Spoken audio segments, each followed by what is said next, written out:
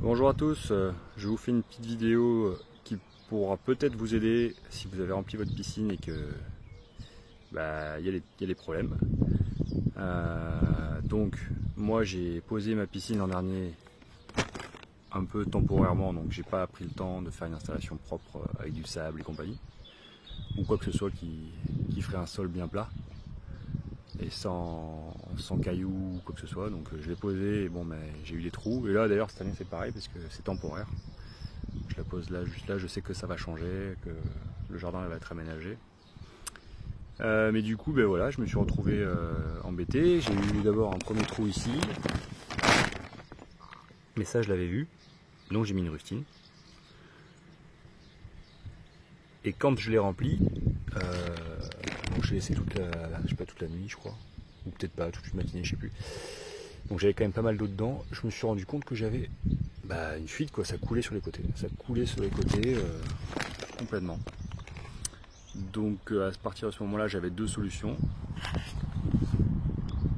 Il fallait soit que je bouche, mais le problème c'est que les trous, ils étaient dans l'eau, mais en plus au fond de la piscine, comme là exactement pareil. Soit il fallait vider et la piscine, et puis la réparer, quoi. Mais bon, vider la piscine, c'est embêtant, quoi. Donc je me suis dit, il faut tenter. Et ce que j'ai fait, c'est que j'ai pris une rustine, comme là, la même que là, et je l'ai collée dans l'eau, en fait, tout simplement. Et ça a l'air de fonctionner. Voilà, c'est ça que j'ai fait. Ici, voilà. J'en avais plusieurs de trous ici en fait, et ça a l'air de tenir. Je vois plus d'eau qui coule autour. Donc je vais vous montrer ce que j'ai utilisé, puisque j'ai utilisé ça. Alors, Décathlon, un truc pour paddle que j'avais à la maison. Donc si vous voulez, on va l'ouvrir. Donc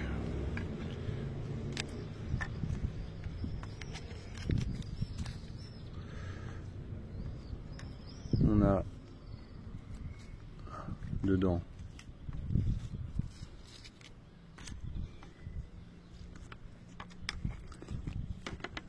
les rustines, les pads pour réparer. Donc en fait, vous coupez à la taille de votre trou, mais quand même plus large, en rond, on voit arrondi. Bon, ça vous suivez la notice, hein. C'est écrit tout dedans, comme si c'était pour du sec, quoi. Ensuite, avec une éponge d'abord, vous nettoyez autour du trou, dans l'eau, directement dans l'eau, hein, au fond de l'eau. Ensuite, avec le papier de verre, on va aussi dans l'eau et on gratte autour du trou. Ensuite, on prend la colle. Oui, donc vous passez la colle comme ça, partout, bien comme il faut, sur la rustine. Ensuite, là pareil, on suit la notice, hein, avec l'applicateur, vous étalez partout. Voilà. Donc ça, classique. Hein. Et en fait, c'est là que ça se complique, puisque ça va être dans l'eau que ça va se passer. Bon, là, je vais pas vous le montrer, mais je vous explique. Pour que la colle elle sèche pas trop dans l'eau, enfin qu'elle durcisse pas trop dans l'eau, moi ce que j'ai fait, c'est que j'ai collé ici les deux parties ensemble. Voilà.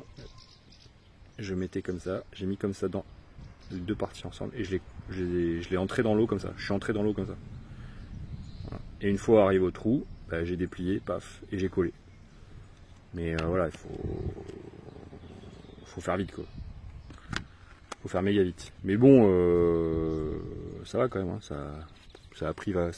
Et puis à la fin, quand c'est appliqué, quand c'est sur le trou, vous enlevez les bulles avec ça, vous appliquez la colle normalement, quoi, dans l'eau. Voilà. Je l'ai fait franchement 3-4 fois là et ça a l'air de tenir. Hein. Donc ça sauve, puisque sinon il fallait que je rejette toute l'eau, c'est pas terrible. Voilà. Ensuite, une autre petite astuce, parce que le fait de l'avoir laissé dans l'eau, dans le garage pendant je sais pas combien de temps, elle a fait le déménagement et tout ça, elle était très sale, on l'a nettoyée et en fait il en restait plein dedans, dans l'eau aussi pareil, et j'avais pas d'aspirateur pour nettoyer, donc ce que j'ai fait, alors je vais pas non plus vous le montrer mais je vous explique, pour nettoyer nettoyer le fond de l'eau, donc si vraiment vous avez du sable qui reste de la terre en fait, au fond, du sable de la terre au fond de l'eau, en fait il suffit juste sans aspirateur ou sans quoi que ce soit, d'un tuyau, un tuyau d'eau. Un tuyau d'eau, et en fait vous utilisez la technique du vase communicant, c'est-à-dire que si vous mettez le bout de votre tuyau plus bas que le haut de votre tuyau, et ben l'eau elle s'écoule automatiquement et ça aspire tout, même les impuretés, même donc l'eau, les impuretés, bon là ça vide un peu la piscine mais au moins vous n'avez plus les impuretés au fond. Donc tout simplement, vous prenez un tuyau, vous mettez un des deux bouts plus bas que la piscine, si vous avez la possibilité, c'est compliqué, et l'autre bout du tuyau vous le mettez dans l'eau, voilà. Et bah, en fait dès que ça a pris, dès que ça a commencé à aspirer et que ça rejette l'eau, bah, ça, en fait ça aspire tout, même les impuretés, et là j'ai réussi à quand même en enlever pas mal. J'ai passé peut-être une bonne demi-heure dessus, mais voilà, c'est à peu près correct. Voilà. Par contre, par rapport à cette technique, il faut que le tuyau il soit rempli d'eau au préalable, quoi qu'il arrive. Il faut que s'il n'y a pas d'eau dans le tuyau, il n'y aura pas d'appel d'air et ça pourra pas se déverser. Donc surtout si vous avez une petite pente ou tout ça, si le tuyau est long, parce que moi c'est le cas, mon tuyau est très long, parce que j'ai une faible pente, donc je dois aller au bout du jardin pour être plus bas que la piscine en fait. Et donc du coup, il faut que vous remplissiez votre tuyau et que vous gardiez l'eau dans le tuyau. Alors il faut vous débrouiller, et ensuite vous mettez un bout dans l'eau et un bout bien plus bas. Et là, à partir de là, ça fonctionne. Ça fonctionne, ça se déverse, l'eau se déverse. Bon ben voilà, hein, si ça vous a plu, n'hésitez pas à liker la vidéo, n'hésitez pas à vous abonner aussi à ma chaîne pour de futures vidéos, et je vous dis à la prochaine.